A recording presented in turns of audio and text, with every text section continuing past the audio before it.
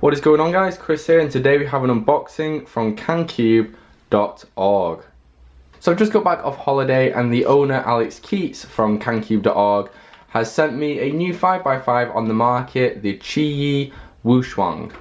I'm super excited about this. I don't actually have a 5x5 in my collection at the moment, so it'll be interesting to try this guy out. Let's just get into it. So here is the puzzle itself. And then we actually have some CANcube business cards, and they've changed up quite a lot actually. I really like them, they're cool. Okay, so you have the standard QiYi instructions, we don't need those, and here it is, alright. So compared to a 3x3, as you can see, it's a little bit bigger. I think this is a little bit smaller than most 5x5s. I've not actually held a 5x5 in quite a while. The only one I had was the Shengshao 5x5. This feels a lot smaller than that. I'm not sure exactly if it is or not, but yeah, definitely feels quite small in my hands. The QiYis are very small, in fact, and yeah, it's interesting.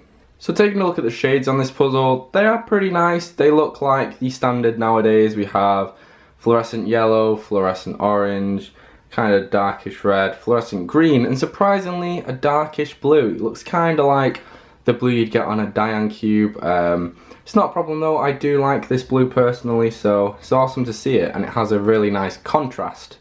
Okay, so on to first turns. We'll start with the outer edges, and they're not so bad actually. They feel very smooth. We have a little tiny bit of catching that I can feel. It feels like it could just be excess plastic that's grating.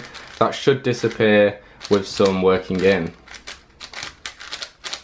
Overall, the cube is very smooth, very fast, and it also feels pretty stable. I don't think you'd get a pop on this.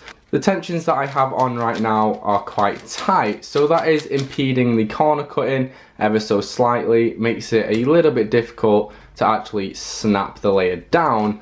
Onto the inner layers, these feel a little bit more wispy than the outer layers. They are still very fast, they feel pretty smooth, and also pretty stable, but I have noticed that they are prone to overshoot a little, which causes a little bit of a lockup when you're trying to corner cut. So after the first turns, my first impressions are that this isn't a bad 5x5 at all. Okay, so after tensioning and kind of doing a good few solves on this puzzle, I can kind of give you guys a better idea of how I feel about it.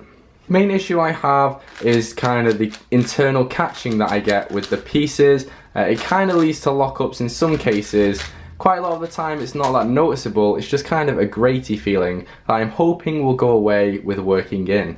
One major improvement on this cube would just be sanding down the pieces on the inside.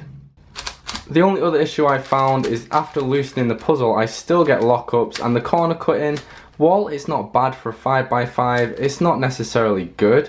Anything more than a QiYi will cause a lockup. It is a 5x5 though, like I said, so you have to give it a bit of credit. A whole QiYi is not bad for this cube. All it means is that if you are a rough solver, you're gonna need to get used to accurate turns if you're using this as your main speed cube. As expected, the reverse cutting is pretty much non-existent. You can do it after a few little tugs, but it's better to just go down and then back up again. You will get a lockup, and that will slow you down. Now that the bad things are out of the way though, the good things, the feeling of this puzzle is incredibly smooth. It goes pretty damn fast if you want it to. Find that the inside layers are very wispy and very smooth, and if you don't overshoot, you can execute algorithms with a lot of speed. The outer layers do kind of let it down, so if you do reduce the puzzle to a 3x3, you might have a bit of difficulty with solving it quickly. I find that most of the lockups do happen in the outside layers. Aside from that though, if you do manage to get your turns a bit more accurate like I have, a little bit of practice will get you there. You can make this cube pretty fast if you want it to. Overall, I think this is a very solid 5x5, very smooth, fast, and also offers a lot of stability while you are solving. A bit like the Thunderclap version 1 and version 2, it just has a few minor problems, such as the internal catching that does let it down and slow it down. With a bit of working in, tensioning and lubrication, and possibly a bit of modding though, this could be a great 5x5. I wouldn't recommend this as a world-class 5x5, however. I think it's not fast enough for that. However, if you are an intermediate solver, a bit like me, and you just want to get a fast 5x5, I would definitely recommend this. If you are interested in getting this puzzle, get it from CANcube.ca. It's one of my favourite cubing stores in the world, and it does do worldwide shipping at really good prices. So go and check out CANcube.org, you can get this puzzle there. Anyway guys, thank you so much for watching this video. If you have enjoyed it, remember to give it a thumbs up, leave a comment below, let me know what you think of this new 5x5, and then of course, subscribe, and I'll see you guys in the next video. Have a great day.